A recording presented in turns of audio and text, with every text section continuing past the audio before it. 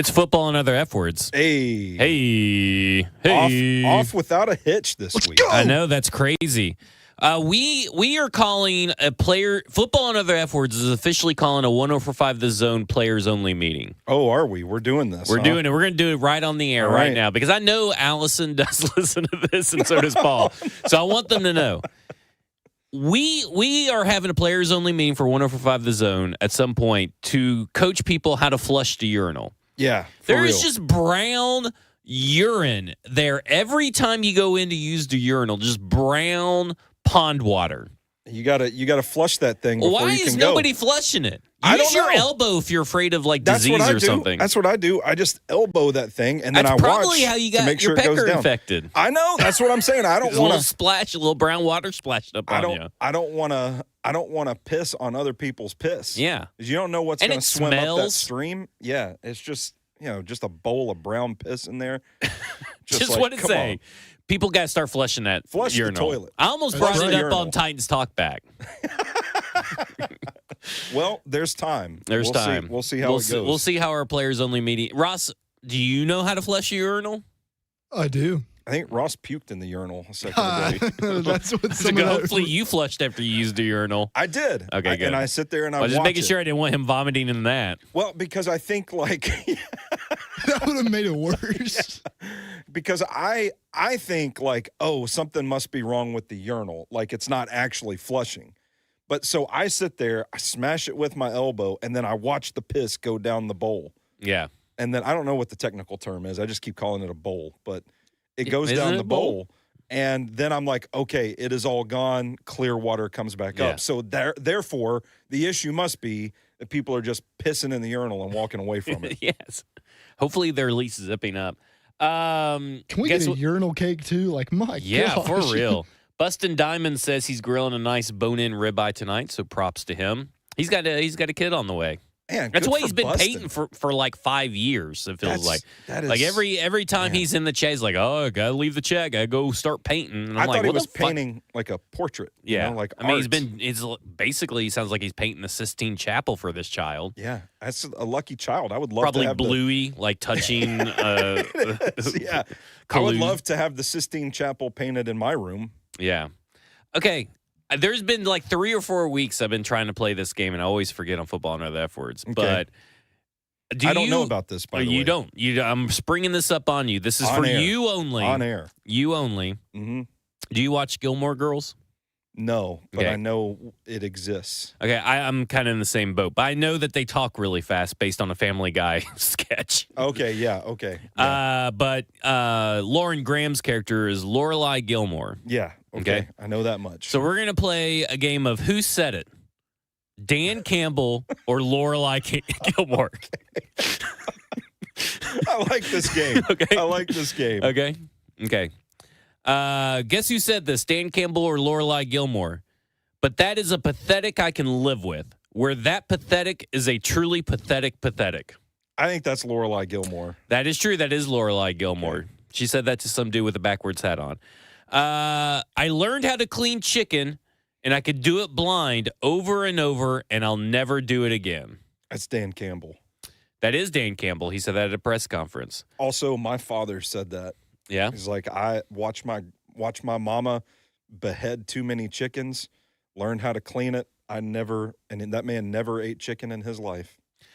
Guess who said this? Dan Campbell or Lorelai Gilmore? All I think about is you guys. It's all I think about. Dan Campbell. That was Dan Campbell after a postgame Locker room. in a postgame locker room speech. Yeah. Mm-hmm. Guess who said this? Dan Campbell or Lorelai Gilmore? I would like a cheeseburger with a side of cheeseburger and see if they can make me a cheeseburger smoothie. I'm going to go with Lorelai Gilmore. It was Lorelai Gilmore. She said that was laying in bed. It's a Maybe I need to pattern. be watching Gilmore Girls. A pattern of writing here with repetition. Yeah. Repeating pathetic, repeating cheeseburger. Reality has absolutely no place in our world. Oh, man, that's a tough one. I'm going to say Dan Campbell because that kind of makes sense in the football Yeah. context. Well, that's your first one wrong. Damn, Lorelai okay. Gilmore said it. Okay. 'Cause reality doesn't have a place in football. I got 2 venti with 2 shots in them. That's Dan Campbell. That is Dan because he Campbell. drinks those like nuclear Starbucks shits. Guess who said this, Dan Campbell or Lorelai Gilmore? I hate it when they come into the audience. Yeah, this is not good. Lorelai Gilmore. That is Lorelai Gilmore. Now talking about mimes, I guess. Yeah, okay. That makes sense. It doesn't matter if you have one ass cheek and 3 toes. Dan Campbell. Dan Campbell did say that. It looks like it's from Hard Knocks. Last one. Guess who said this, Dan Campbell or Lorelai Gilmore? We're going to get up, and on the way up, we're going to bite a kneecap off. Dan Campbell. That is Dan Campbell. I thought it was a trick question, like, oh, Lorelai Gilmore. Maybe she loves. Yeah. I found that on Instagram. I just I want to play this with Stoney on That's a good Football game. Efforts. That's a good game. I like that. So you only got one wrong. So you were the opposite Brian Callahan in your win-loss record. Well, technically, yeah. Better. After that cheeseburger one, where she's like, I want a cheeseburger with a side of cheeseburger and a cheeseburger milkshake, and she's saying that in some hotel bed. Mm-hmm. I don't know. They may need to be watching some Gilmore Girls. I mean, listen, you had me at hotel bed. You know what? I think I'm going to ditch this. Are we holding them? Yeah, I think I'm going to hold it. Yeah, because this is all jacked up over here. I ain't got time to fool with it. I hate having this thing swinging around in my face. That's what she said. Let's go to the chat real quick. What's everybody doing tonight? All right. How are we doing, chat? Are we living? Let's see. Team Ramrod says, is Jackson from the Pure Energy drinking diet? Jackson only drinks energy drinks? Listen, that and ring gummies, Starburst ring gummies, or Sweet Tart ring gummies that taste like cotton candy, and then Nerds clusters. The biggest water bottle you've ever seen in your entire life sits here for about 2 weeks. Just full of piss. Well, that's why it sits here for 2 weeks, because it takes them 2 weeks to drink one bottle of water. And that's why the piss is brown. So I think we just cracked it. Uh-oh. Jackson, get in here. If you're listening, get in here right now. You're getting spanked. Next Monday night is when the baby's due, I guess. So on Monday Night Raw. So maybe Bustin is going to name the kid Raw. Maybe. There you go. I'm stoked for Bustin. That's awesome. Demario Patterson says, had to give up my man cave to make it into a nursery. Baby should be here in the next 2 to 3 weeks. Demario, I can't feel bad for you. Pull out or wrap your tool. Yeah. You could have had your man cave. Yeah. Hope this child was worth it. Priorities. Yep. Priorities. Team Ramrod says, let's see. Now something. Oh, Z-Dean says, is it time to revisit the Rand Carthon acquisition cycle? Tony Pollard, Calvin Ridley, L'Jarius Sneed, Kenneth Murray. I mean, Mason Rudolph, Lloyd Cushenberry, and Chidobe Awuzie. I mean, they're already getting rid of these guys. I think they're probably going to get rid of more of these guys. If you weren't picked, I said this. I'm actually might have just said this on Blue Sky at some point. If you weren't picked by Borgonzi and Brinker, I don't think your ass is safe. I think they want their dudes in here, and if you're not one of their dudes, that's why I'm anxious about what happens with Cedric Gray. Like, does he play himself to be undeniable? He is playing himself undeniable. But how do they see it, Or are they going to be like, well, he's not our guy, so we're just not going to. I think.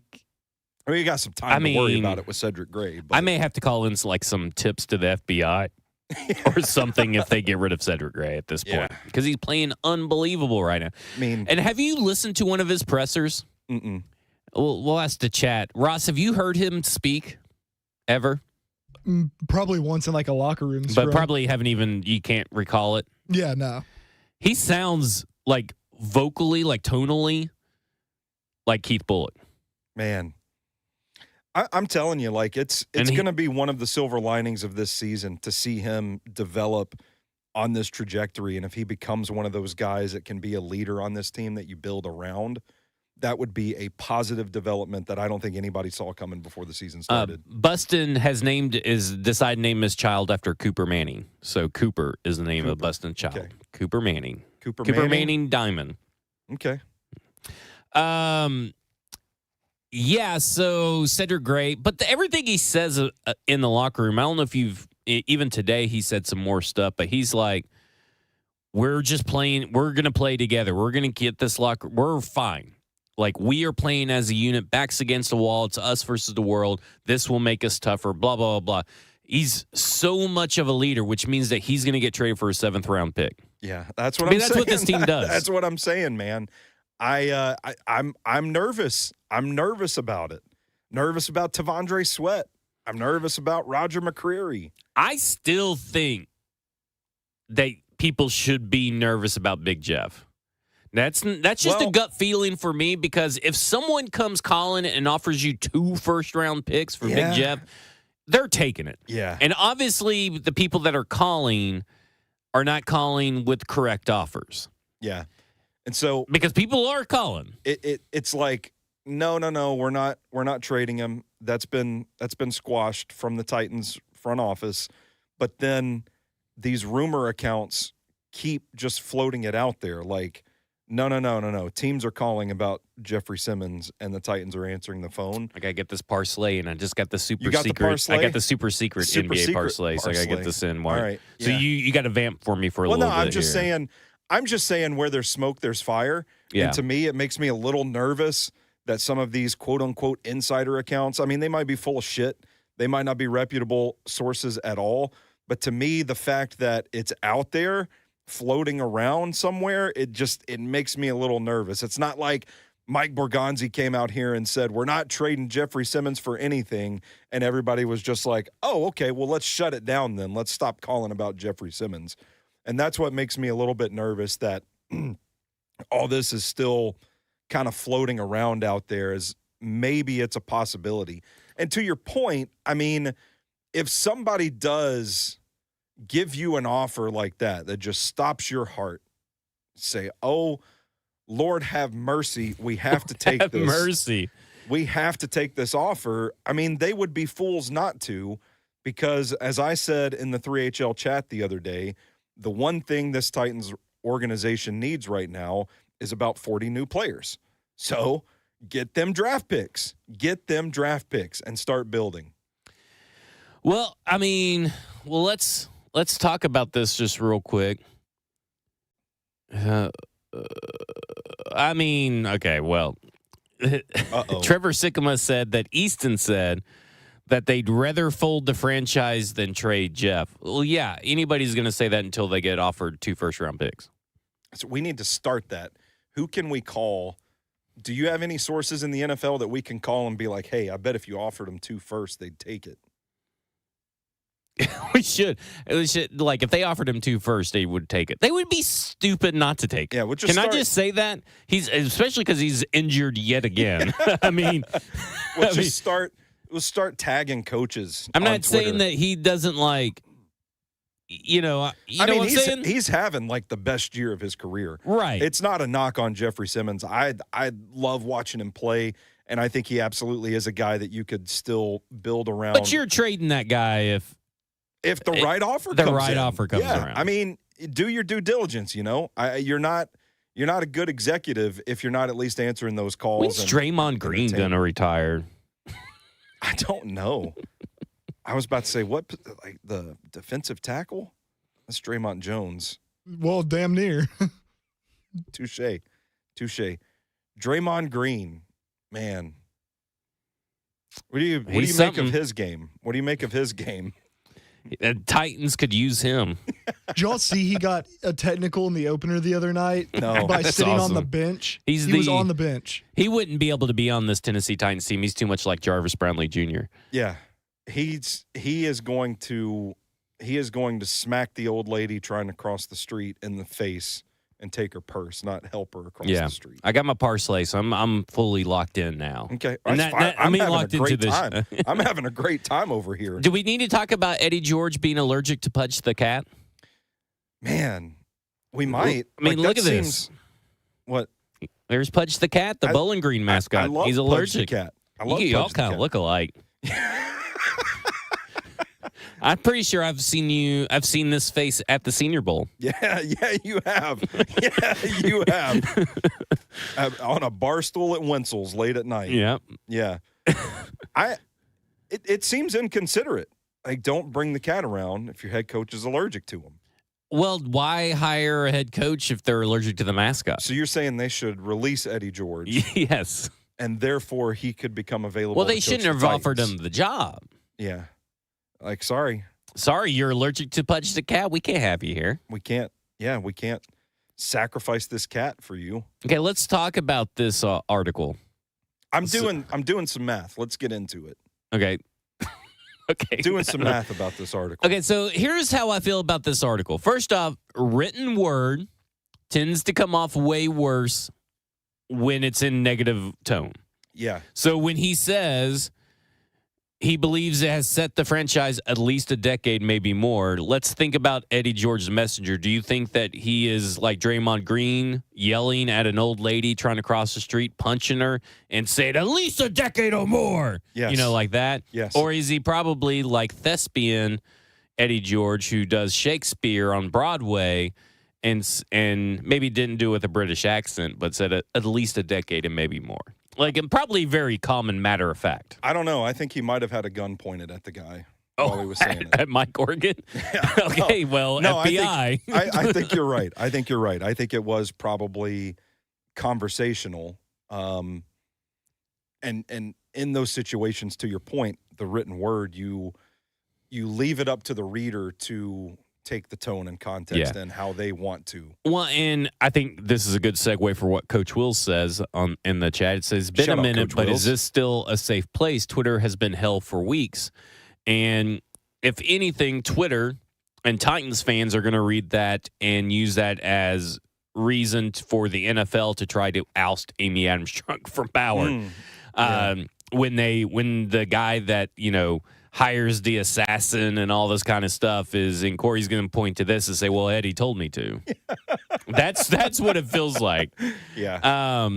So here's the full quote. He goes, I'm sad to see Brian Callahan get fired.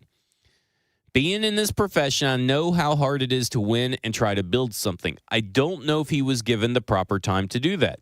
It's a results business, and they didn't think it was the right fit. So I want to stop there. It's not really something that we have talked about.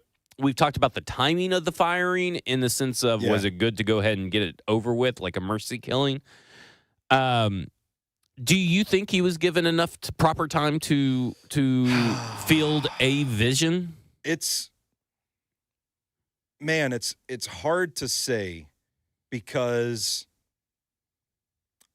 I want to say no, because I think the state of the roster is so far away from competitive that it's easy to say, well, who could win games with this roster in the shape that it's in right now?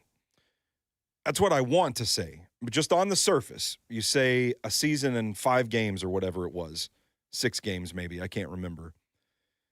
You say, well, that's not a long time. But I think the concerning thing is where things went sideways is that the team in the first few games of the season looked far worse than it did in 2024, in my opinion, down the stretch. And I think that's where you start to see things slide, and you start to hear things like players saying it was time for a change. And I think that's important context for the decision being made. But I do generally think it is too short of a time to really build much of anything.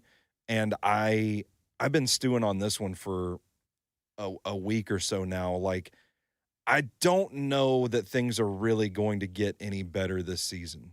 It's likely not, even though that we did see flashes of more competent play on Sunday. And it seems like the team is kind of rallying around each other in certain aspects. This is where kind of I fell, and I think pretty much Blaine did too, was like, you had enough time to show us proof of concept, and you didn't show us proof of concept of anything.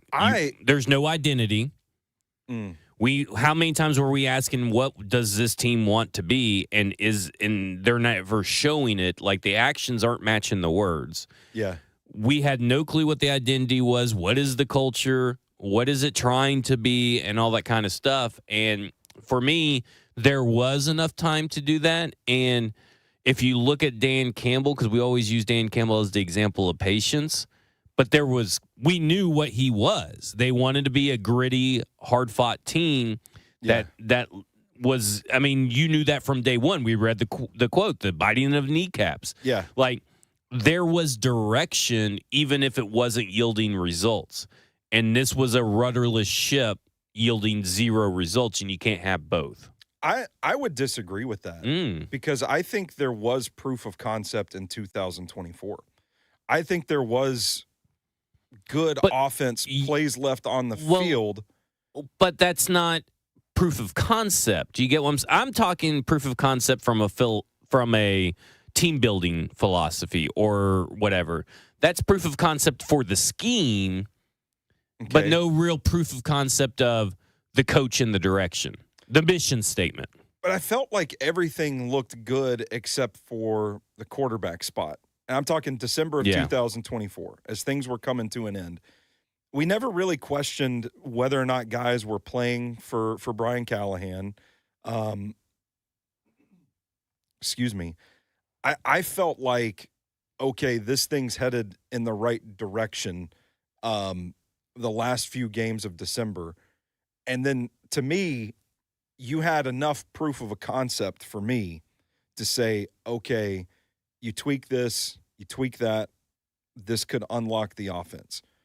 More stable quarterback play, better protection, could unlock the offense, and then getting guys healthy on defense, we're cooking. And what happened is, in my mind, in my opinion, you had the proof of concept right there. You're just on the cusp of it. And then it just completely unraveled in 5 games. And to me, that's worse than never getting there. It's that you got to a point where it's like you're starting a car. Like, you hear it, it's turning over, but it won't quite start just yet. And any second now, you feel like this thing's going to fire up. And so you go from that to the engine just blows up and now threw a rod in the motor and it's toast. But I guess, like, I get that. I understand where you're coming from. But again, I'm talking about direction for the team. Because what did he say in that, sit down with Easton? It was like, I went back and looked at everything that we want to do differently and everything we want to be, and I changed, and it doesn't feel like anything changed. It didn't feel like we never knew what this team truly wanted to be, other than it wanted to be the Cincinnati Bengals, but that's not a real identity because that's not true to the team. You're just trying to be another team, and you can't be that in this league. Yeah, I can see why you'd say that. Yeah. Like, for me, it's like, I think the issues are obviously many, but I think that if you would have, like I said with Dan Campbell, if you would have had a tangible motivator, mission statement, vision, whatever you want to call it, then I think he would still be here. Yeah. Because you're right. He never lost a locker room to the point where they hate him. Well, I mean, it wasn't toxic. You know what I'm saying? As we know. I don't think we were anywhere close as of his firing to Brandon Staley level of lost the locker room. But I could see, because I think that happened, week 17? Week 16, if I'm not mistaken. How many games did Giff Smith coach, if you'll look that up for us, Ross?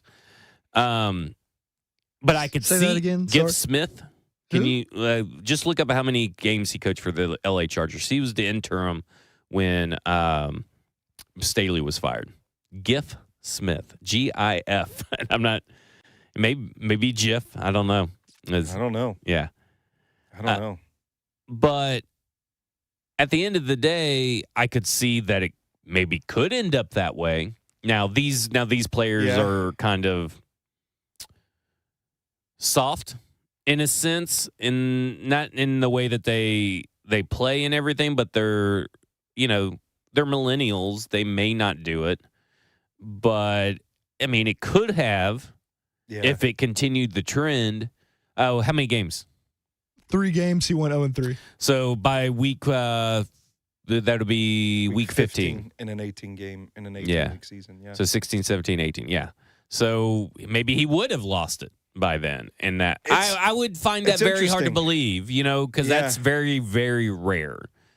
But at the same time, and if you don't have that real mission statement and direction, you have nothing Yeah. in my mind. Mm-hmm. That's where I'm becoming increasingly, like, even with Vrabel, they always had direction. And then you knew that it was the coaching staff because you knew what the message was. You knew who they wanted to be. You knew who they were every week, but the coaching was bad. You get what I'm saying? Like, or the playing was bad, or there were injuries. Like, you can't have nothing. Yeah. And it felt like those first 5 weeks, he had nothing. There's nothing for him to grab onto. No life raft, no room on the door. There wasn't even a door for him to get on. Let's play devil's advocate here for a second, because I know what the counterpoint to this would be, having this conversation with certain people. What type of identity is this team supposed to have looking at this roster?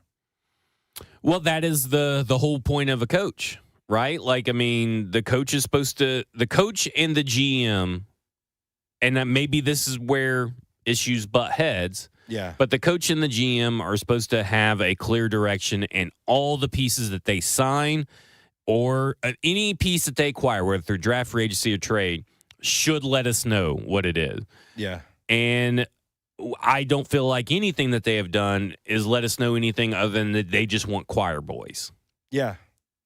So I'm just yeah. I just bring I don't that think up. I don't think it's a talent issue though, because again, I go back to the Detroit Lions or lesser teams with lesser talent that have been able to weather the storm.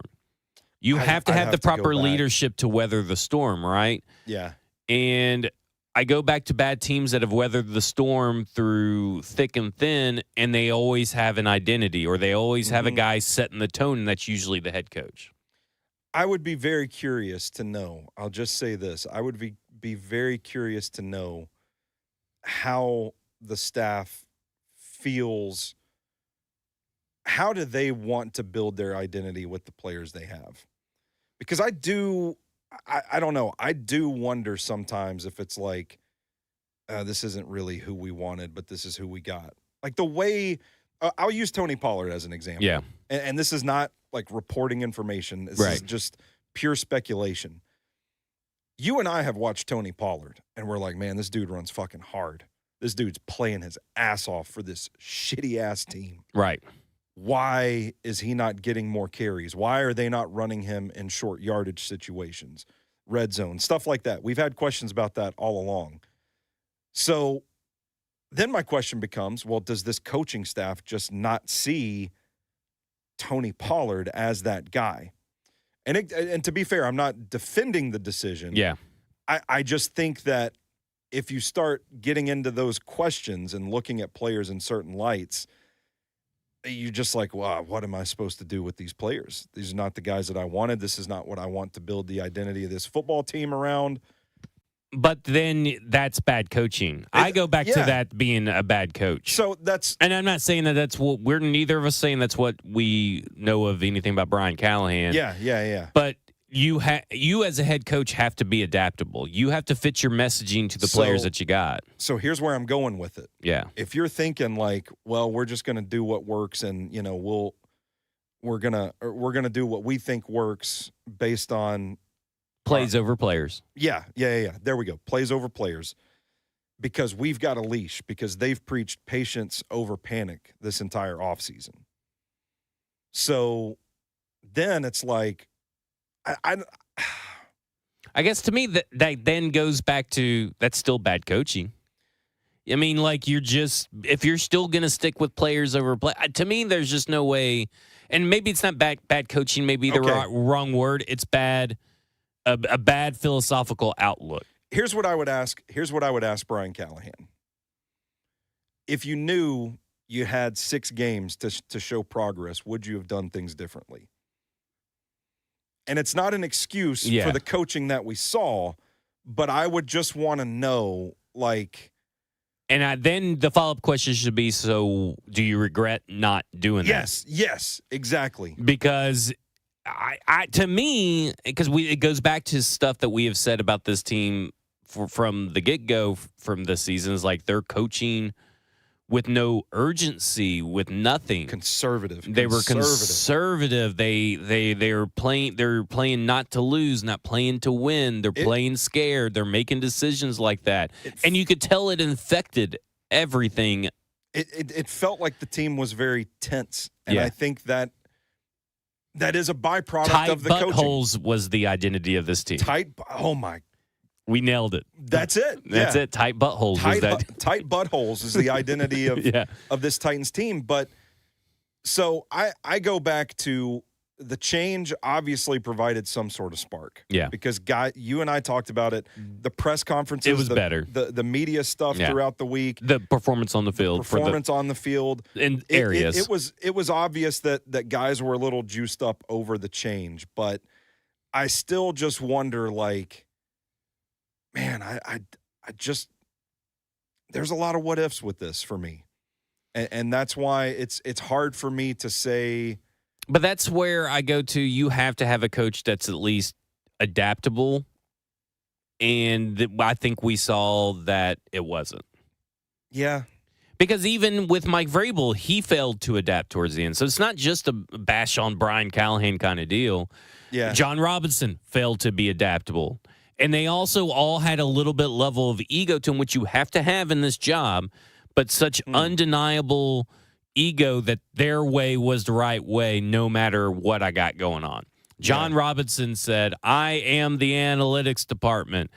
Oh, crap, COVID. I'm not going to adapt. We're going to do the same thing we always do. Oh, crap. I'm just going to lock myself in my room or office and not talk to anybody. That was John Robinson's ego. I think what I'm learning here is that if you're in a position of leadership with this organization, you should never take any week for granted. You should you should be like, hello. Yeah. I mean, you're right. You need to be able to adapt. Yeah. And change. You can't put out the same product and do the same things in bad times.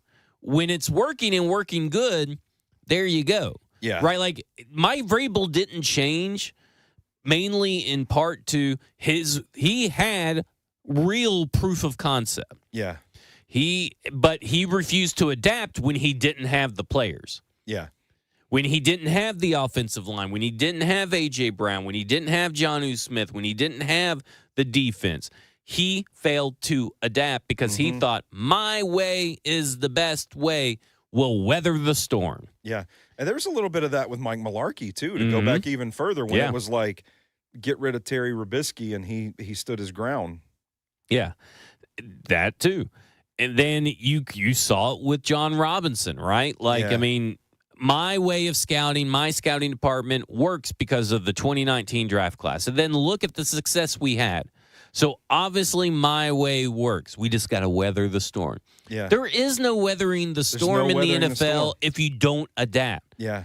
Like, look at Dan Campbell's offense. Do we really think that is the vision he likely had? Because Dan Campbell in his Cleveland Browns interview said a totally different thing. Yeah.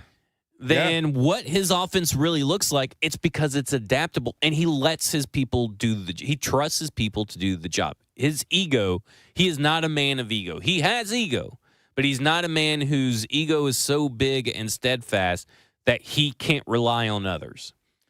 I'd have to go back and look at the roster when he took it over. It was pretty bad. Because you got to remember, they almost went like, it was bad. It was what, like 3-16 at one point or something like that. I don't know. But they've turned that thing around now. That is a talented and deep roster where they're pulling defensive backs off the practice squad and they're going in and 3-13-1, and then they started out 0-6 or 0-7, then ended up 9-8. So he did start 13-1. Yeah, so he started out 3-19-1. Oh, man. But where did it look? What did it look like at that 0-6? Yeah. And I think that's where the differentiator, we're talking about Dan Campbell versus Brian Callahan. That's what I would want to go look at. Yeah. It's like what did that 0-6 look like? And that's kind of like, I think this will be a good conversation to lead into the next part of it. George fears the Titans put themselves in a hole that continues to get bigger with each firing, which also includes Mike Vrabel as a coach in 2023 and 2 general managers over the last 4 years. So 2 head coaches, 2 general managers last 4 years. We all know that story. Yeah. He believes it's set the franchise back, quote, at least a decade and maybe more. What is the culture in the building? I can speak to that because I know what it was like when I was there. Yeah. We had a blueprint. We had an identity. What do you want to be that's sustainable? I think that's a question for Amy, the GM, and the president. And then they have to find a coach they could be on the same page with. How are you going to build this out? How much time are you going to give this person? It's not going to happen overnight. So here's my theory. This sounds like a guy who just did a pre-interview for the Tennessee Titans head coaching job. Hey, now we're talking. Because this sounds like a guy that's calling out the team, showing he's passionate, and telling you he knows how to fix it. And here are the questions we all got to answer and ask. Well, I mean, look at the situations where, back in the day, it was Whisenhunt bottoming out to the interim malarkey, and that ultimately led to Vrabel. Maybe this is a case where Brian Callahan bottoms this thing out. We get the interim Mike McCoy, and who's going to be the next Vrabel to come in and turn this franchise around? And speaking of Dan Campbell, former player, and what did we hear? Was it Kevin Dyson who brought this up on Titans Talk Back, where we talked about maybe there's something to nowadays having a former player, someone who's been through the shit, the same shit you've been, that can get more out of guys. I don't know. I don't remember if that was on the air or not, but his thing was basically like, he's been where I am. Yeah. So that lends itself to a certain credibility. Mm-hmm. And to be honest, the more there's a lot of people that are not big on Eddie George getting this job. How much have you talked about it on the air? Because we've had some pretty interesting conversations about when I read this quote and asked Blaine his thoughts, he goes, this is why I had him in my top 3. But you know what? Like, Amy sees that in the paper, gives her old friend Eddie a call. He just works it in. What if at the very least, Eddie helps you run the coaching search? He's in the room. I mean, listen, I've told my story about meeting Eddie George, and a 5-minute interaction with the guy, I was ready to run through a brick wall for him. And I think there is something to be said for that certain gravitas. Yeah. Just the weight you carry when you talk to somebody. It's hard. It's hard to come by. Do you think I made this argument today. I don't think they're set back a decade or more. Well, but this decision coming up of head coach can change that. So here's where I said earlier, I was kind of doing some math in my head. What do we think is the first domino to fall to lead to where we are today? Because if we go from that point, I would say it's the 2020 draft class and COVID. We didn't see the results right away because the team was still in the playoffs 2020 and 2021. But that draft class set the team back. I would agree. And then you go to 21, and that draft class set the team back big time. And then you go to 22, and that draft set the team back big time. 3 in a row. Then you trade A.J. Brown. And then you fire John Robinson. And then you fire Mike Vrabel. And then you fire Rand Carthon. And now you fired Brian Callahan. So there was this period where the player acquisition cycles were bad. Were actively sabotaging the health of the roster, the state of the roster overall. So you're down, you're just digging, and we didn't know it at the time, but it was getting worse every year, and eventually it bottoms out. So when you get to that point, there's no stability. The decision, and I'm not saying that it was the wrong decision to fire John Robinson. I'm just laying out the events as they unfolded. Then you get to a point where you didn't rip the Band-Aid off, fire the GM, fire the coach. You're only firing one of these people for 4 years in a row, pretty much. So there's no by the time we've hit rock bottom, there is no continuity, there is no stability for 4 years in a row. So now we're at a point where, okay, if we want to say like from this point moving forward, they're set back a decade. No, you're probably right. I don't think they're that far away. I do still think they are like 2, maybe even 3 off seasons away from getting this roster filled out to where it's going to be a true championship contender. And that's assuming the hit rate's pretty good for this And regime. assuming you get the head coaching right. And assuming you get the head coach right. So there's some pressure to get this right, to your point. And I think from this point moving forward, I mean, you damn sure hope they're not set back a decade. But I think if you look back and you count those years where things started to go sideways, I think from there, I mean, it could be a decade before this thing is really Well, this turned will be around the and 4th competitive. losing season in a row.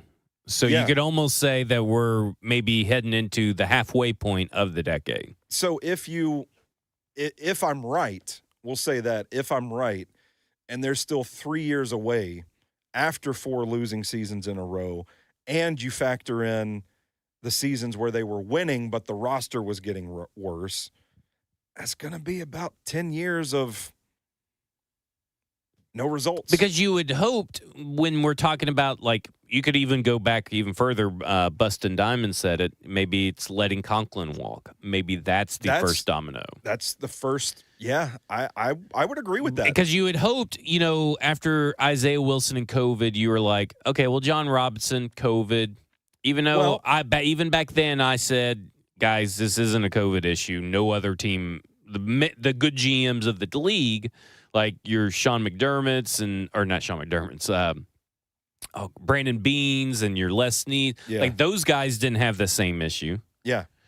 Okay, so there was obviously a little red flag for me after that class, but yeah, I'd said, I think he has shown us enough. Let's give him another year. Mm-hmm.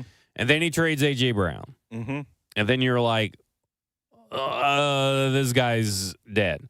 It was really the Monty Rice, Des Fitzpatrick. Oh, boy. Yeah. Dylan Radins, that draft class is when with Broadway Sports, we were doing the Monty Rice, Dylan Radins draft night at home. Yeah. And I said, he's on the hot seat. Yeah. John Robinson. With this draft class, he's officially on the hot seat on my radar. And A to Z called me fools for even suggesting that. Man. They said acted like I was so fucking ridiculous to say that. No, that looks like I was right. Yeah. Because I knew after that. Listen, I know. I'll let you talk here. No, you're good. You're good. I could just have something stupid to say. Because I will say this. I remember the night that Isaiah Wilson got drafted. I had been drinking so much tequila. Oof. We did an episode of Football and Other F Words with me and Mike. And Mike is trying to tell me why this Isaiah Wilson pick is so good. And I am just drunkenly yelling at him the whole time, saying, this pick sucks. It's going to be a bust. It's a bust already. I'm telling you right now, just because Matt Miller said, oh, he heard it, and blah, blah, blah. I mean, I'm just going crazy. I was on a live show that night, too, and the hosts, they were kind of like, oh, wow, the Titans get their right tackle of the future. Like, it's not sexy, but Stoney, you've got to be feeling pretty good about this gargantuan of a man. And I'm just like, I don't know, guys. Like this, I don't know about this one. Yeah. But to Bustin's point, what I was going to say before I forget, to Bustin's point, the only reason it felt like they reached for Isaiah Wilson in that spot was because they let Jack Conklin go. That's what he's saying. Maybe that's the spot. Yeah. So. But then we're talking, and really they were able to overcome it for a period of time, and they were like, okay, we're fine. Yeah. But they had no clue how to adapt. Yeah. And again, that goes back to the whole thing is like you need a guy that can adapt. And someone said earlier, sure who it was, said, do you want to get another coach with so little coaching experience? And we've never, outside of Vrabel, every coach that they have hired has had coaching experience. Because you could say all you want about Brian Callahan. That dude had a lengthy resume. He had a longer resume than Mike Vrabel. Been doing it a while. So Callahan's problem wasn't that he didn't have experience, didn't have a resume. Yeah. I mean, that dude's been in the league, I think, coaching since 2009. Long time. a long, long time. He's been coaching in the league. That's more than Mike Vrabel was coaching in the league. Yeah, that's true. And not to mention he's been around coaching his whole life. I mean, there's that's not real experience, but there's, stuff So he wasn't inexperienced in terms of coaching.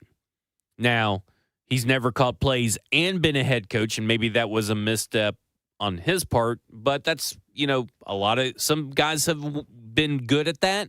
Yeah. Some guys have not with their first time. Mm-hmm.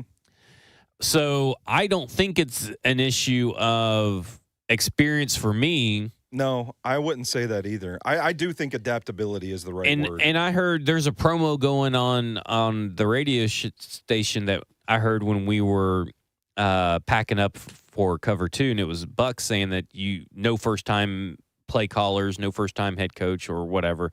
He was basically saying you can only go experience, you can't go first-timers. You can't do that. And I looked at Blaine, I go, well, that's just not the right way to do a coaching search. No. Because, if Zach Robinson, who has a better resume than Kevin O'Connell did when he got his head coaching job, the Atlanta Falcons, current Atlanta Falcons offensive coordinator, who's called play for 2 years, puts on a hell of a display, it comes correct with a experienced defensive coordinator, and, hey, we're going to keep Bones Fossil and this, and this. If they identify him as a viable candidate, I'm gonna probably lean and give him the shot. I'm not gonna hurt him for that. I go back to what I said on Titans Talk back a few weeks ago. It should be about who you are and not where you came from. Yeah. And I don't think there should be any sort of qualifiers for a background whatsoever. And that's why I'm even open to the idea that we keep talking, texting back and forth. Yeah, me and you. We're texting back and forth about Eddie George. I'm like, yeah, fuck it. Put every option on the table. Because his role is not offensive head coach. It's not defensive head coach. Yeah. It's CEO head coach. He's not going to be calling plays. He's not going to be doing anything. He's also been a head coach now. This will be his 21, 22, 23, 24, 25, fifth season. Yeah. And he's been a head coach and a leader of young men. And this team is going to be a bunch of young men. Yeah, it is. A bunch of little boys. I think they're going to turn this thing over again big time. Yeah, they have to. They're already talking trading of Roger McCreary. So they need 3 new corners. They need at least 1 wide receiver, 1. They need a wide receiver 1. Well, that's what I'm saying. They need so much. This is going to be a young team. This isn't just a tweak a few spots here and there. It's like they need 2 cornerstones at edge rusher. They need a cornerstone at wide receiver. They need 2 cornerstones at cornerback.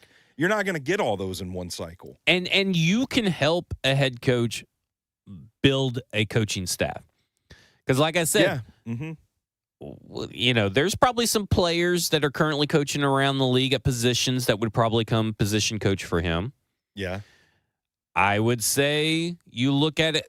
I tell you a guy that would be a great defensive coordinator. Well, I don't know if he'd be a great defensive coordinator, but there is a guy down in Tampa Bay, Larry Foote, who I'm sure has tackled. Oh man, I sat in on his press conference when I covered the Super Bowl when they were in it, and that guy, I remember listening to him and thinking that's a defensive coordinator one day. That's a guy that how long before he rises the ranks. That's a guy that's probably learned a lot from Todd Bowles down there. Yeah. Who has probably tackled Eddie George, who could probably so I'm not saying that would be the correct choice, but what if he brings Mike Munchak with him? Hey. Offensive line coach Mike Munchak. That would be acceptable. Yeah, there's avenues there to make a staff, but his role is CEO head coach. Yeah. And that's kind of where I almost want to lean into is you need to have someone with that CEO mindset. Yeah. That is talking things like blueprint, identity, culture, sustainability, those kinds of things. They're all CEO-esque buzzwords. Yeah. Yeah. And so for me, and you add in the leader of men factor. Yeah. And Kenny, and he's a guy that has probably worked with a bunch of played with a bunch of egos, worked under guys with a bunch of egos. Like, you look at Jeff Fisher and look at Eddie George, you could probably make a connection that former player that maybe he could be the best of both Brian Callahan and Mike Vrabel. He can be the guy that demands the best, that's hard on his guys and all that stuff, but also be the guy that can talk to them in a way and explain why in a way, because without, being too overbearing. Yeah. Yeah. I don't know if the chat can weigh in. I don't know if y'all can hear my stomach growling, but I got a tummy situation going on. Nobody said anything. Ross is nodding, so I'm guessing you can hear it. That's great. No, I can't. I just remember you telling me that about an hour ago. Okay. You were hungry? What do you think Brinker and Bergonzi want this team to be? Boy Scouts. That's what it feels like. But also, then why are you trading baked beans, Roger McCreary anyway? Well, because that's where I have a hard time. Wait, can I ask a question since we're talking about this? Do we think Borgonzi has anything to do with this? Like, honestly, do we think he has anything to do with Jarvis, or potentially if something happens with Roger or Sweat, that he would have anything to do with it? I don't know. Because that's a good question. That's why I have to always include both of them, right? I'm not just saying Bergonzi. I'm not just saying Brinker. I have to put them both together because let's call him Bragonzi. Yeah. Berkanzi. Borginker. Bernazi. Boinker. Boinker. So we got Boinker. Borker. Yeah, Borker. So we got Borker because we don't know what either of them do. Who has the real power? Because you look at him up at that press conference, Borgonzi of Borker. You look at him up at that press conference. He looks like he wants to die. He looks like a man that is not in control of the situation. And typically, I feel like your general manager is the guy that should look like he's in control of the situation. And that's why. Like, I brought it up because I know Ed's going to tell me I'm carrying water for Brian Callahan again. Ooh, but Ed's coming for your head? Ed Henry. Yeah, he did. Man, guess you guys aren't getting Italian food next time you go up to Jersey. No, it's cool. He said he was joking, but it's fine. Can you guys hear me? Because I can't hear myself anymore. Is it dead? There we go. No, I'm coming in and out. But okay. That's what she said. Ed's going to tell me, hey, you're carrying water for Brian Callahan. But this is kind of why I wanted to caution Titans fans about being too optimistic because they fired the guy, is because I still think that this front office structure, I have questions about how they operate. I have questions about how they went about this player acquisition cycle. I don't agree with every signing they made. And I think that I get wanting to be hopeful because the big bad head coach is gone, and now Mike McCoy is going to lead us to the playoffs. I get that hope, but to me, things don't truly get better until everybody's pulling in the same direction. And I think that Borker, the way this thing is set up, I have questions about whether it's sustainable long term, and if these are the guys. Whoever's calling the shots, I don't know who it is, are they going to be able to pull this roster out of the depths that it's in right now? I've had a few people ask me this question, and I'm afraid to ask you on air. Okay.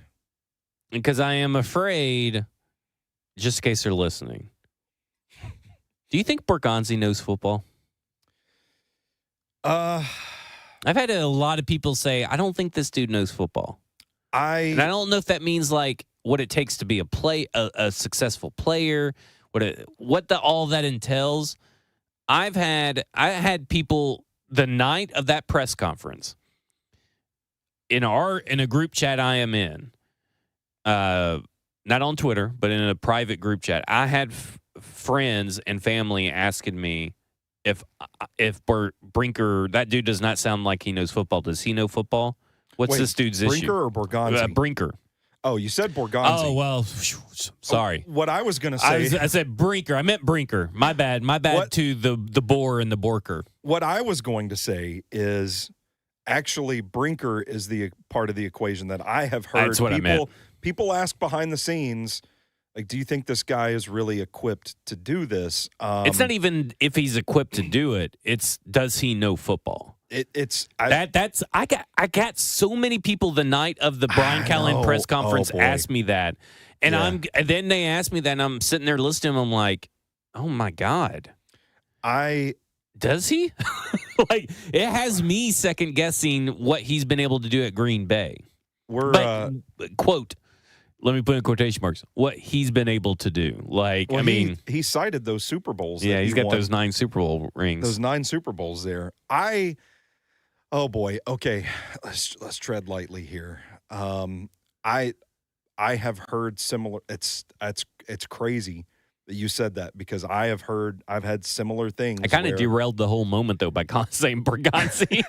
Yeah, because I was like, well, here's what I was going to say. First of all, let me just spit it out, and then we can talk about it. I was going to say, actually, what I've heard is Brinker's the one that people have questions about. And with Bergonzi, I don't know what share of the decision he is making. So therefore, I feel like it's an incomplete, like we don't really know how to evaluate Bergonzi because I don't really know if he's actually calling the shots or not because of how this thing's set up. When you and I talked to him at the Senior Bowl, I felt like this is a dude that we can sit down, get a big old bucket of wings and kill about 30 beers and just talk ball nonstop. And you think he's a urinal flusher, though? Mike Bergonzi flushes the urinal. Yeah. I mean, I shook that man's hand. That is salt of the earth right there. Mike Bergonzi is he's a stand-up guy. He would not leave his brown boiling piss in the bowl.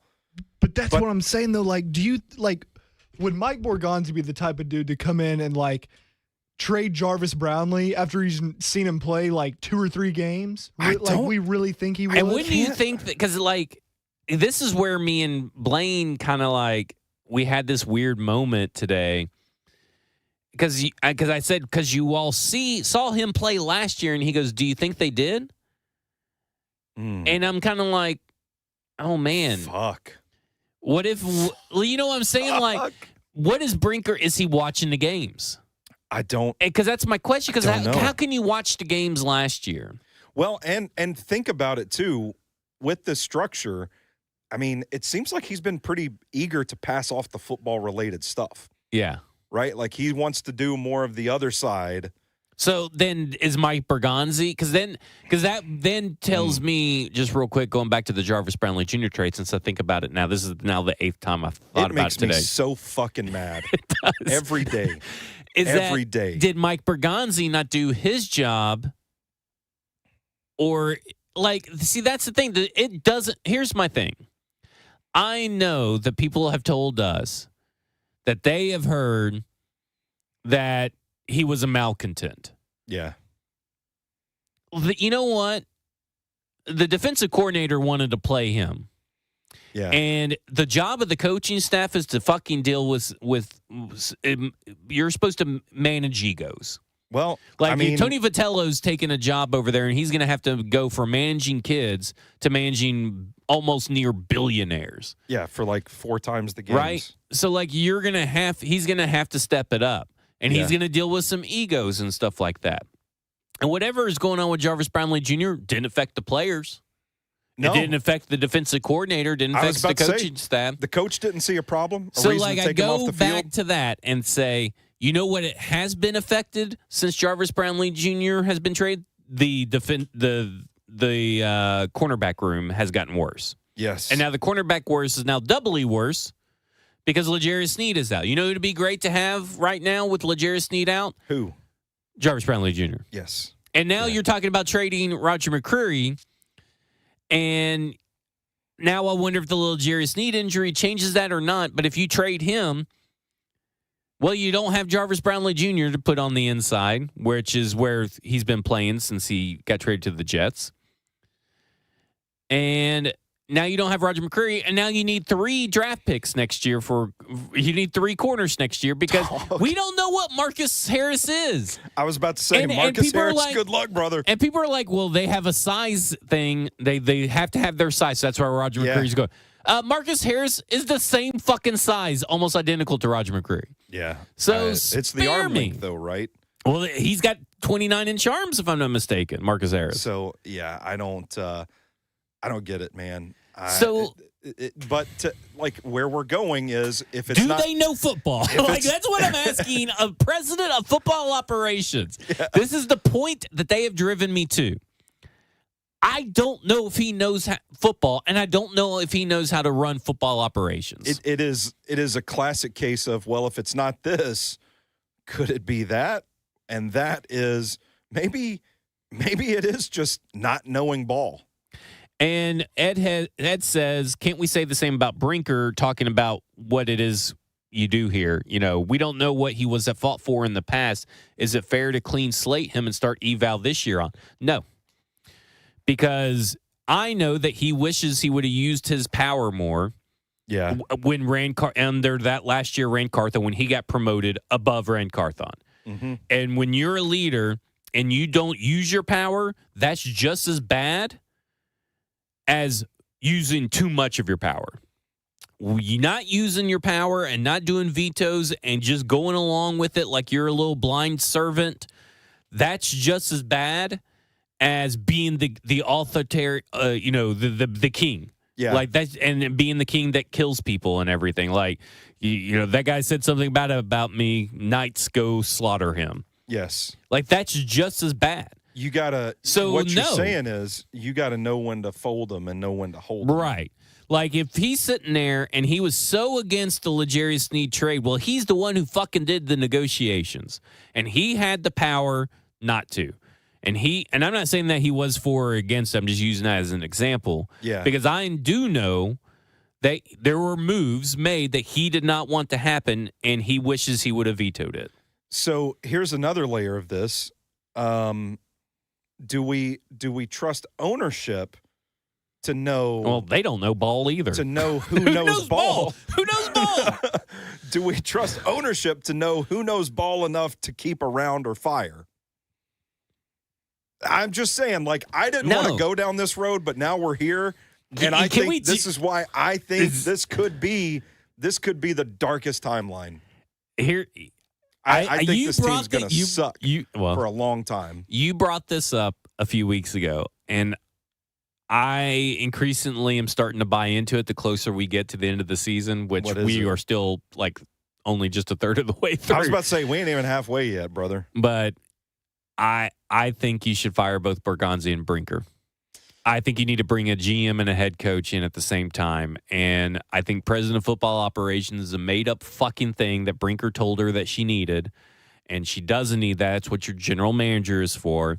And hire an experienced general manager and let him hire the head coach.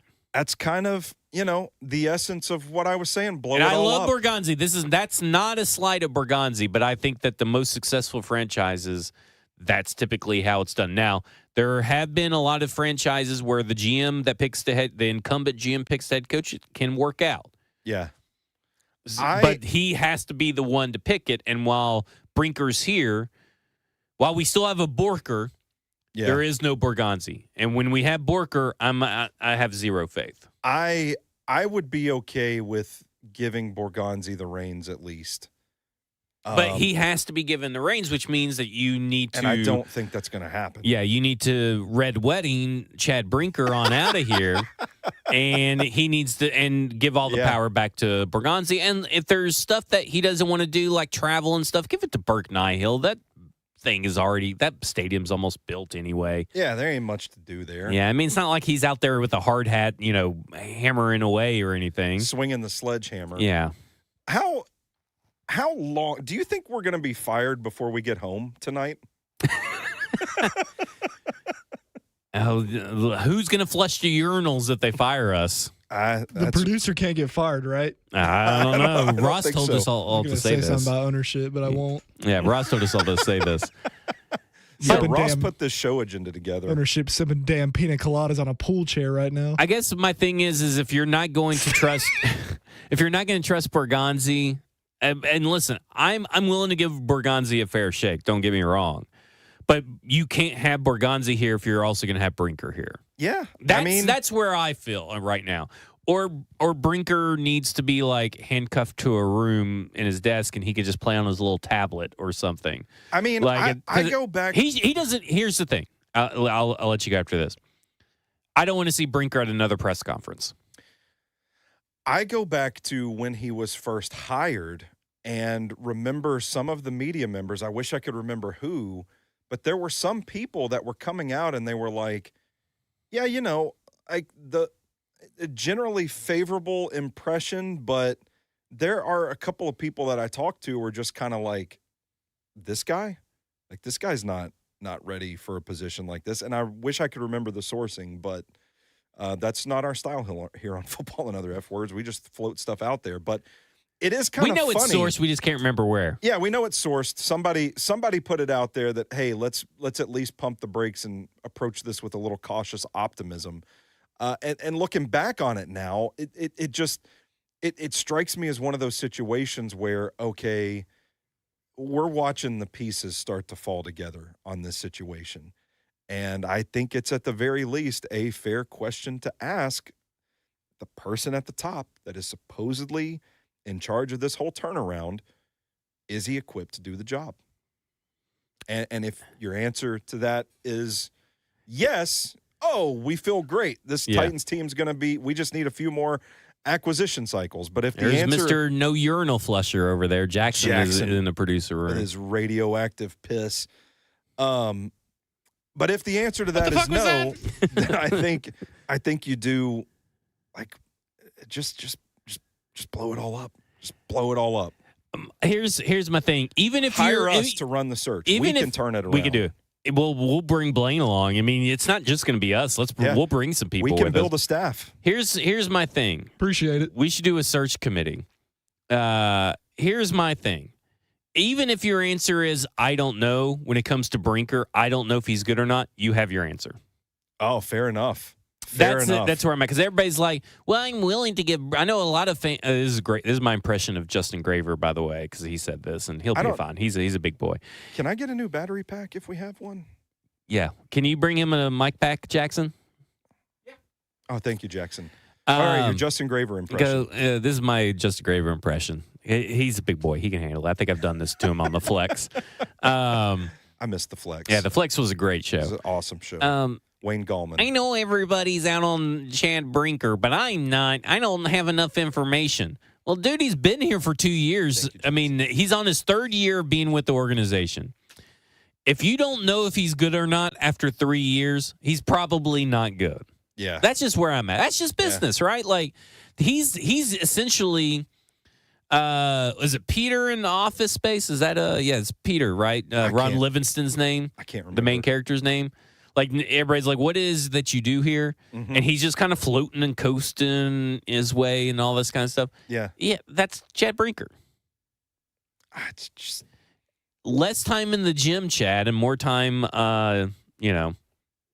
learning football. I guess. I mean, I don't know. We gotta give him some Dan Casey books, or some Cody Alexander books, something. Yeah, I mean, I guess that's my thing. Is it's if he's truly going to step back, and I understand that they held a press conference and he was there for the firing press conference because he is the voice of Amy Armstrong. He is the wizard. She's the man behind the curtain, right? Yeah, the puppet, puppeteer. And she's a puppeteer.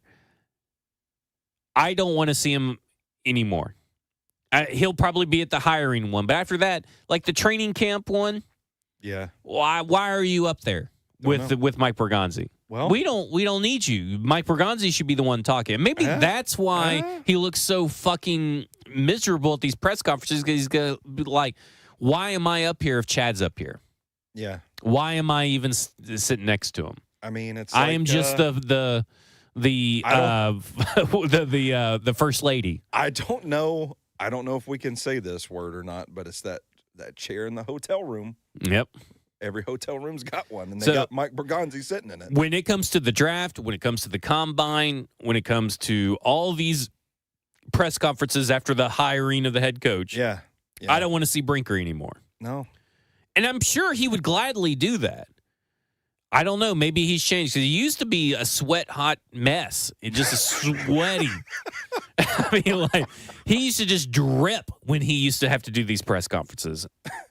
And so I don't want to see him anymore because, every time he's up there with Mike Bergonzi, the less I feel comfortable about this coaching search. The less I feel comfortable about the power that Mike Bergonzi actually has. The more I see Chad Brinker at a press conference, the more I think Chad Brinker is in charge here. Yeah. And also, does he know football? I continue to question that, Chad Brinker. See, does that? Oh, sorry, Stone. Oh, go ahead, Ross. I was just going to say, does that make you all conflicted, though? Because to me, it puts me in a bind between, like, one, I want Brinker gone and let Borgonzi have a chance to do this thing his own way. But also, like, does it ever really work to just fire one guy and not just fire both and get two new guys? See, I don't think they need two new guys. See, I think Chad Brinker and Burke Nihill got together, like Littlefinger and the guy with the sparrows, whatever his name is. Yeah, Ferris. And they concocted a plan to say, we'll get more power and title, but less responsibility.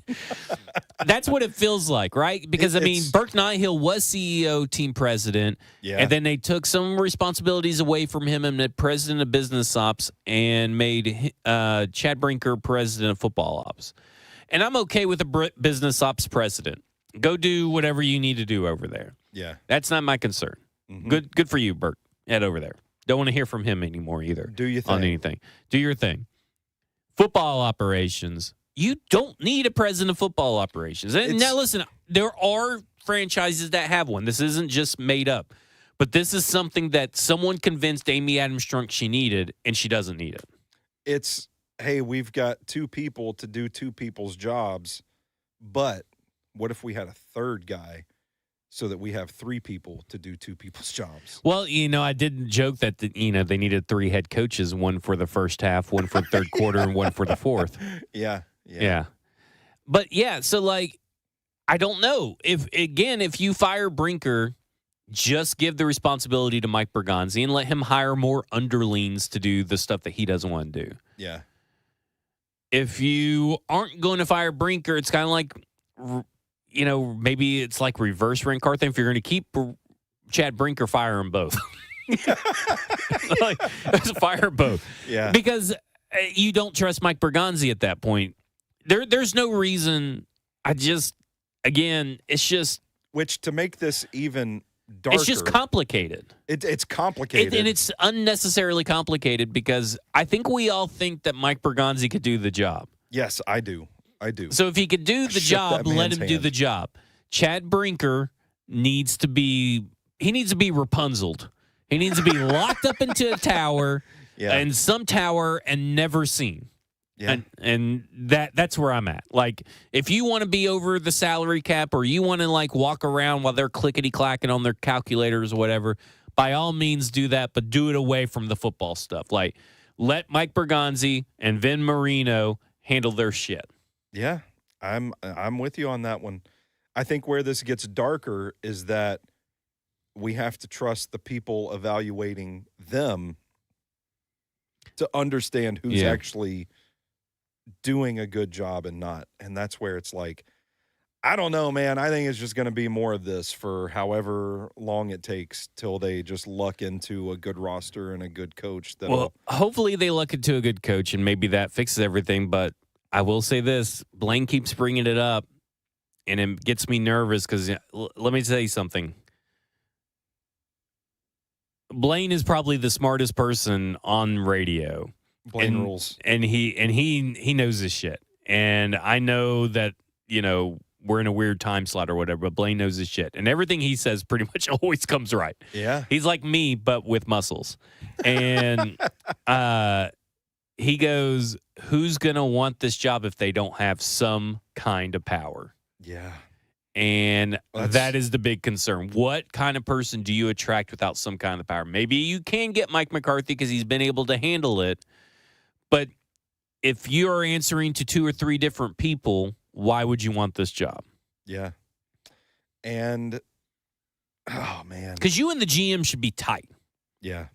Lockstep. Nobody should be fucking with you, telling you who you got to have on your staff like Woody Johnson does. Like Woody Johnson, you like change Robert Saleh's staff like 30,000 times. Yeah. Nobody, they should just be you and the GM having those conversations. If there is you, the GM, and Chad Brinker, that's a devil's threesome that nobody can get behind. Yeah.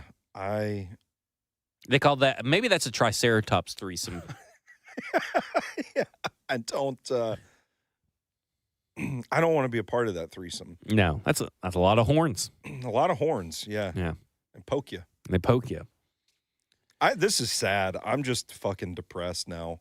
I want to go back to watching Colts tape because they're good. So, that's your big thing is that you prefer watching Colts tape to anything Titans related. Yeah, I think it was I think Tyler at Tic Tac Titans said something this week about, like, I hate watching this team. And I was like, dude, you just got to sprinkle in some Tyler Warren, some Bijan Robinson. Or just don't watch it anymore. After the game's over, fuck the all 22 at this point. You sprinkle those guys in, you'll be all right. You'll find your love of football again. This Falcons offense is fucking – I'm glad you mentioned Zach Robinson because, man, this Falcons offense is fun to watch. I'm just saying when it was the game a couple of weeks ago were they playing Detroit Lions? No, it was the Buffalo game.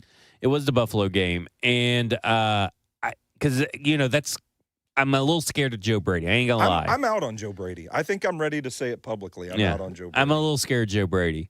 I'm not technically out, but I'm a little scared of Joe Brady. Yeah. But I was like, this Falcons offense with all the turnover that it had last year, turnovers, literal. Mm-hmm. With Kirk Cousins, it was still a pretty good offense and a well-designed offense. Yeah. And now Michael Penix Jr. is up and down and all that kind of stuff right now. But I'm kind of thinking this offense has balls. Like balls. Just swinging. It's just swinging. And I'm like, let me refresh myself on Zach Robinson's resume. Okay, let me look at Kevin O'Connell's resume. And, this is a better resume than Kevin O'Connell had. Yeah. I'm like, I could be talked into some Zach Robinson. Yeah, Chris Shula is another guy that's never been a head coach at the NFL level. He's the Rams defensive coordinator. I'm like, hey, bring me some of that Rams philosophy over here on player acquisition. Yeah, that draft. Like, bring me some of that.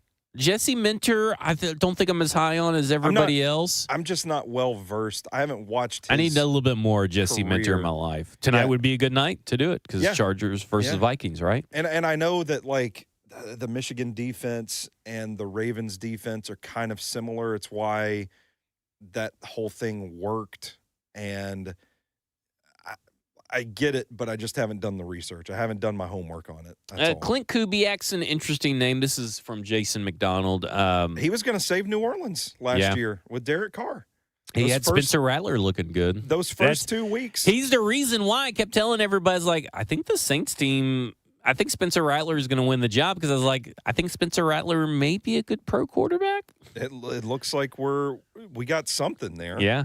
So, and what he's doing up in Seattle is fun too. Yeah. I don't think he's too.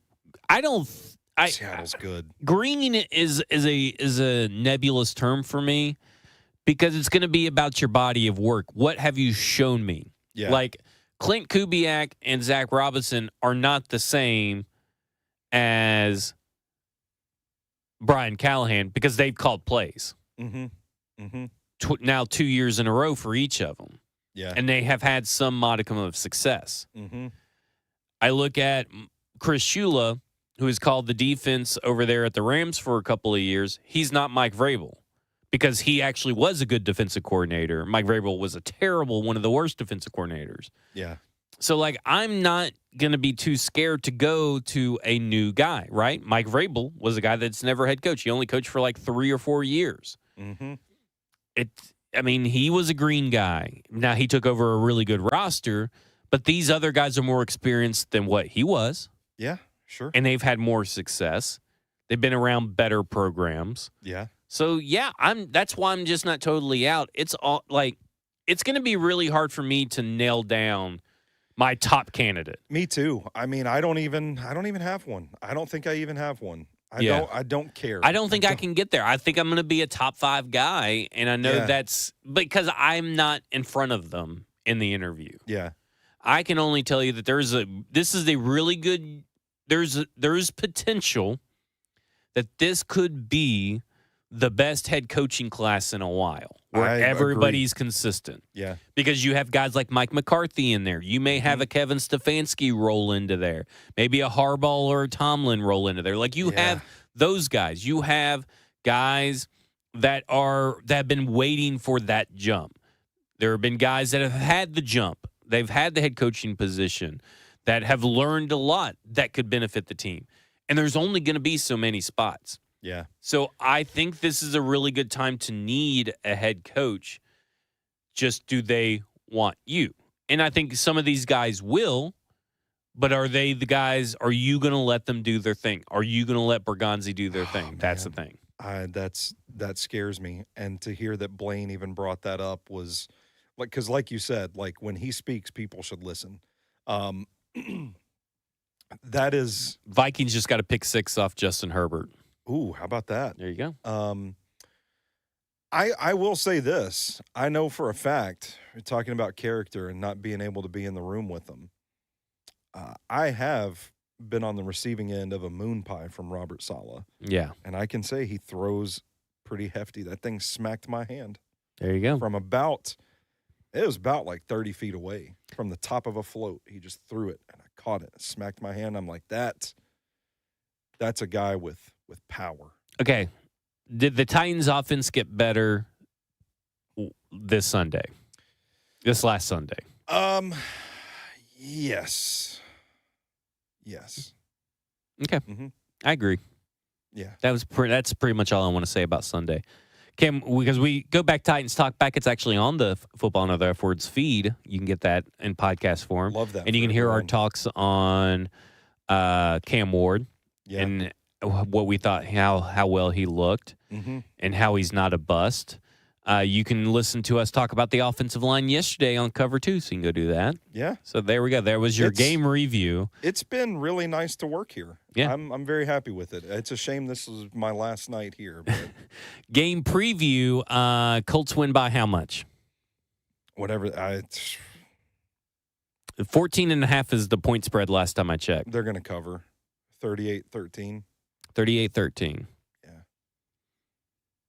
38. Will this team ever score 20 points again this year? That's a fun question. Because I think so. Because, I mean, let's be honest, Cam Ward was pretty close to 300 yards. We were kind of talking about, we were like, this guy could get to 300 yards this last week. Which defense are they going to put 20 points on that they've got left to play? The Jags, maybe? I don't know. Their defense has been very opportunistic. I mean, you got like the Browns, the 49ers, the Texans, the Seahawks. Which of those teams, 49ers, Seahawks, is coming to you? I can't remember. Seattle. I think Seattle. I was about to say Seattle. That secondary is so good, though. Yeah, but you may be able to get that just because you may be able to get to 30. I'll tell you, I think the best chance is or 20. Probably like late season division game where it's already wrapped up. Jacksonville's won the division and they're resting starters. All right. So 38-13 this weekend. 38-13, yeah. Yeah.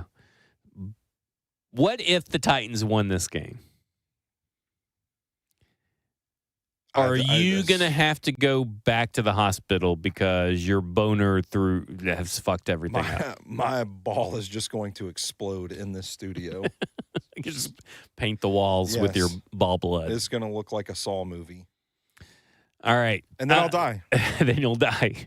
Well, I'll put me or Jackson will put pressure on the wound, try to keep you alive. Okay. We won't let you bleed out. Thank you. No problem. What type of pressure? Well, just whatever Jackson can do. What's the show consensus on Art Smith? I would be open to it. I'm open to it. Yeah. I think that when you look at what he was able to do, I know 7-10 is not sexy, but 3 years in a row with Marcus, the ghost of Matt Ryan, and Desmond Ritter. Taylor Heinicke, I think, is sprinkled in somewhere Taylor in there. Heineke, whatever it is. He was in there too. I would be very open to that. Yeah, I would be open to that. I mean, I'd be open to a lot of people. Will we see Cam Ward reach 300 yards this season? I think it's going to happen on Sunday. Okay. I don't. I mean, you're catching me at a night where we've just hashed out how terrible this entire thing is. I'm just trying to provide a little hope at the end. I think like every game the rest of the season is going to be 38-13. They're going to score. They're going to have we're going to be doing cartwheels for 200 passing yards. If they run the ball more than 15 times, we'll be celebrating. If they win, is Mike McCoy for sure going to be hired as head coach? Maybe. They might ink the deal in Indianapolis. Yep. That night. Over St. Elmo's St. Elmo's Steakhouse. The shrimp cocktail. Yeah. I've never had it. I've never been up to the Combine, though. So good. That's a good place. Not that you can only eat there if you go to the Combine, but I want to go to the Combine, but I choose the Senior Bowl. Ross, do you have any lingering questions? Ooh, I've got one. No, go ahead, Stone. I didn't mean to cut you off. I'll think of something while you're Well, you listen to this show in private and see what your body wants you to do. I had somebody reach out to me, ask honestly. This wasn't a poking fun thing on Twitter because I said something about Cedric Gray because he's popping up on the tackle leaders list, and someone asked me genuinely, like, why do tackles matter? And I do tend to think like you shouldn't just look at the regular production stats like that. But I think where what you can glean from a tackle count like that is consistency. And I think the fact that he's doing it week in and week out is a breadcrumb, a piece of the puzzle that shows how much he's improved. Sarcastically, I said, well, it matters because when people are Pro Bowl voting, all they do is look at the tackle count and vote. Yeah. But I think it's a measure of consistency, and I'm curious if you two would have any thoughts on why tackles can matter. I think they matter there's a few different ways. So his missed tackle rate is low. It's 6.9%. So think about that. Considering he's had what have we said now? 70 tackles. 70 tackles. Yeah. He's only missed 5 of them. Yeah. Or so he could be at 75 is what I'm saying. And if he was at 75, it would be tied for the league lead. Right. That's one way to look at tackles. Yeah. The other way I like to look at it is stops. So defensive stops. He has 23 defensive stops. Now, don't ask me where that is in among everything. But he also has only allowed he's allowed a high catch rate, but he's only allowed 200 yards in coverage according to PFF. Okay. And he's been targeted 29 times. So that's 8.7 yards per reception. That's not bad either. But going back to your tackle thing, on a linebacker, going back to your tackle, because those are mostly like 5 yards or more. Yeah. Mm-hmm. So to me, it's like you got to take the tackles with the stops or the saves, and with the missed tackle rate. Because if you are like Jack Gibbons had a high missed tackle rate, but he had a bunch of tackles, and everybody's going crazy and like creaming their pants over him. Dr. Gibby, the original cream. But like Cedric Gray is doing something at a real high rate. Yeah. So that's how I would look at it. Ross, anything to add to that? I was just going to say, like, I just associate a high tackle number with constantly being around the football. Yeah. Now, if you were attributing that to a corner, if like a corner had a high tackle number, that's not a good sign. That's typically. A good point. But with a linebacker, it's like they're around the football, which is a good thing more often than not. Yeah. I mean, the way he's playing right now, I don't think it's unrealistic to think in a couple of weeks' time he could be leading the NFL in tackles. So here are the people that have more stops than him. Okay. Defensive stops. Jack Campbell, number 1 with 29. Servokia Dennis. Servachier Dennis, 28. Nate Landman, 28. Tyrell Dodson, 26. Foyesade Oluokun, 25. Bobby Wagner, 25. Demario Davis, 24. Cedric Gray, 23. Yeah. Tied with D. Winters. Yeah. So, I mean, look at, like, the company he's with, too. Yeah. That's another indicator of, like, this is the class he's in right now, the class that he has played his way into. I mean, to me, it's one of the more hopeful things about this Titans team right now. And I said on Titans Talkback, if anyone wasn't listening to that, like, that's all I've got for the rest of the season, man, is just seeing, like, which young players emerge from this shithole. Can Eligay Manor become consistent? Can Chimere DK be constantly involved? Yeah. Right? Like, that, I would say that's... Can Cedric Gray increase his trade value for when they ultimately trade him for a seventh round pick? Yeah. Well, a future seventh-round pick will be 2027 seventh-round pick. Yeah. Sucks. I was going to say, with Cedric, though, like, the part, like, how well he's playing is part of the reason I don't want to see him with the green dot the rest of this year, from the standpoint of, like, and I don't think they will. Yeah. But, like, I don't want something to have to be put on his plate that he's not used to right now. I want him to just keep being him. Now, it's playing fast. Off season into next year, that's a conversation I think you have to have. You know what? I'm going to disagree with you. I don't think you should. It works. Don't fuck with what works. Yeah. You know, broke, don't fix it. Yeah. I will say this. He's what people told me Kenneth Murray was going to be. Bang. There it is. Because people told me, oh, Kenneth Murray, I mean, he's a rocket. You know, he can do this, he can do that, and Cowboys fans already hate him. Kenneth Murray was another one of those guys that they signed, and we're all like, well, the smart ones are. And we had a bunch of people. We had Canadian Titan was like, and you know those guys. They're always positive about everything, which is really stupid because they're always wrong because his team is abysmal. But they were all like, how can you even know? I'm like, dude, I just watched him play. Yeah. Like, I mean, we had 4 years of tape on Kenneth Murray. We did. And oh boy, no, I can't say that. And Henry wants me to remind you real quick why I got this on my mind. He sent this about 20 minutes ago, but something just popped in my head to make sure that before you leave, you carry the buckets of Callahan's water. Damn it, Ed. Damn it. Got my ass. He said that 20 minutes ago. Got my ass again. You got a question? Lingering question, Ross? I had a hypothetical question for y'all. Okay.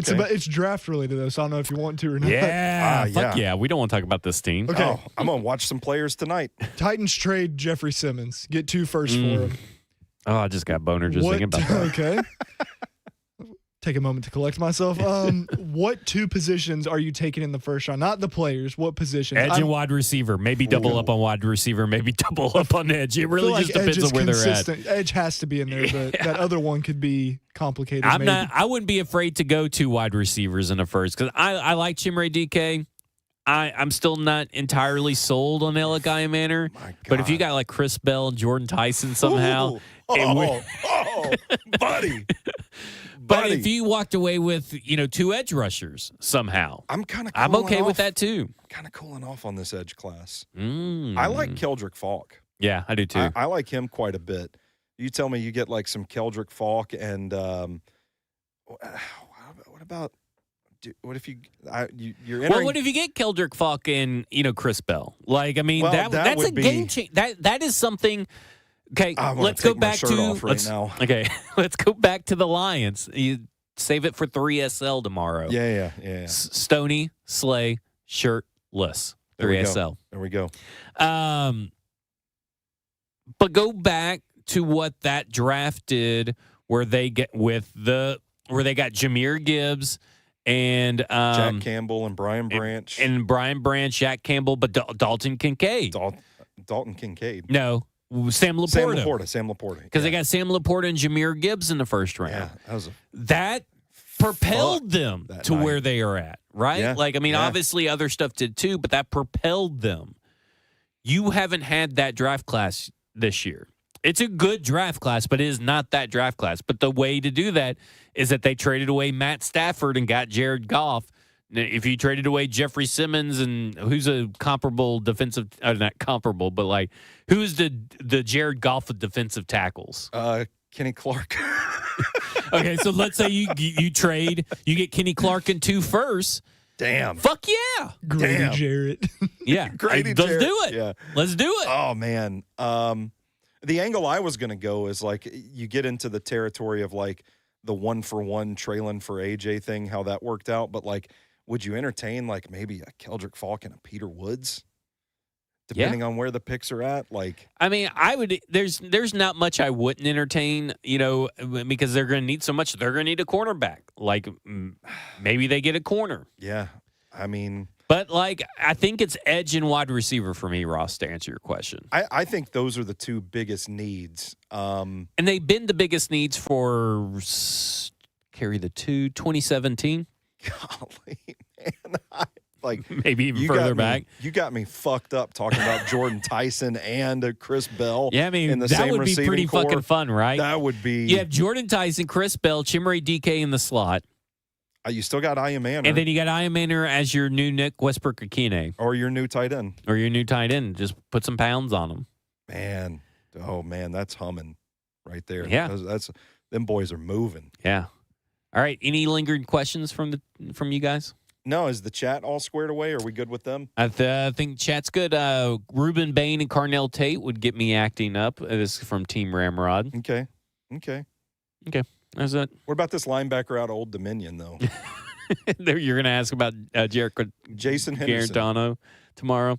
So speaking of, while we have everybody in the chat, from 3 to 6 p.m. is appointment listening. Obviously, you need to listen to one. Don't build it up too much. Obviously, you need to listen from 1 to 3, cover 2. Mm-hmm. But I'm looking at the chat like they're actually going to it's a person. I'm talking to them. Tomorrow, Friday, October 24th, from 3 to 6 p.m. On 104.5 The Zone and wherever you get your Zone TV is literally just going to be a show between Slay and Stoney for 3 fucking hours.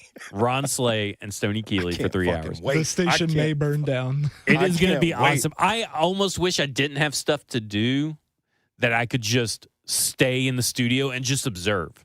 Well, I just want to be in the room, like how vampires suck blood to stay young. Like if I could be an energy vampire in that room, and I would never age. It would be the fountain of youth. Everybody keeps talking about it like like they're not saying it this way, but it kind of sounds like they're letting Slay and Stoney do 3HL alone. That's what I'm saying. Where's the adults? Who's the adult in the room? Yeah. Oh, man. Like, who's going to watch Slay? Ross, who's going to watch Stoney? Ross, how long will the first segment go? I'm going to say... For those that may not know, it's only supposed to go like anywhere from 12 to 15 I'm minutes. I'm going to say over-under on the break time, 3:17:30. So I'm going to take the over on I'm going to take the over of 3:17:30 as well. Well, I don't know what I'm doing in that regard. So. Yeah. Just be prepared that's the for thing Joseph. is that like Slay is he's hosting the show and driving the show. So like Stoney's a passenger. So this is going to get really wild. Yeah. Like with Stoney as host, you may have had a chance. Because he's going to be so scared and buttoned up and be like, I got to hit. Watching the clock the whole time. But you're probably going to be sitting in the spot where you don't have a clock. I will be. Yeah. So TK Bull says, my God, I'll be tuned in. Thank you, TK. And turned up. And turned on. And turned on. Appreciate that, Turned TK. up, turned on, tuned in to 3HL. Don't forget about us from 1 to 3. 1 to 3. Yep. Ball Knower Show. Are you going to talk about taints tomorrow? I might. I don't know. We're already talking about doing the show without our shirts on. Hey, so we've decided that we're going to do new bits since Stoney's thing with Stillman. Our new that was so good. It was so good because Stillman obviously did not get anything that you're putting down. I can't. I'll have to tell you all that off air. Okay, but I'm gonna. We're already. If he does it again, we're gonna come up with the most outrageous built-in excuse and put that out and see if we can get Stillman to bite. I like that idea. I like that bit. Yeah. Yeah, it's a good bit. Someone said who drops the first curse word, Stoney or Slay? Slay is good. Slay is like, I heard him talking about it on 3HL a week or so ago where he's like, I just don't cuss anymore because I'm afraid I'm gonna do it on air. And I don't know. Like, I'm afraid the more comfortable I get, the more it's just gonna come out. And then we're gonna get to talking, having a good time, and next thing you know, I'm gonna be begging Joseph to hit the dump button. Well, we got to get out of here. I got to go to BJ's. Got to go to the Wholesale Club. What? Got to go to BJ's. Got to get the meat for the weekend. I love BJ's. Got to go to BJ's for my meat. Yeah, well, got to do it. Got to do it. This was a good show. If I had to grade it, which I haven't been asked to in a while. Oh, that's true. Hold on. I got to go to BJ's to get my meat. Ross, how would you grade the show? Bang. A. Ooh, there we go. There we go. It's better than anything Jackson ever gave us. Yeah. That old non-urinal flusher. I was about to say, Jackson just gave us some brown piss in a bowl. Old brown piss Jackson. Yeah.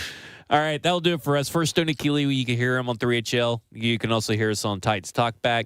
And then we also have Cover 2, where you can hear me and Ross and Blaine. This has been Football and F-Words, and you have just been effed.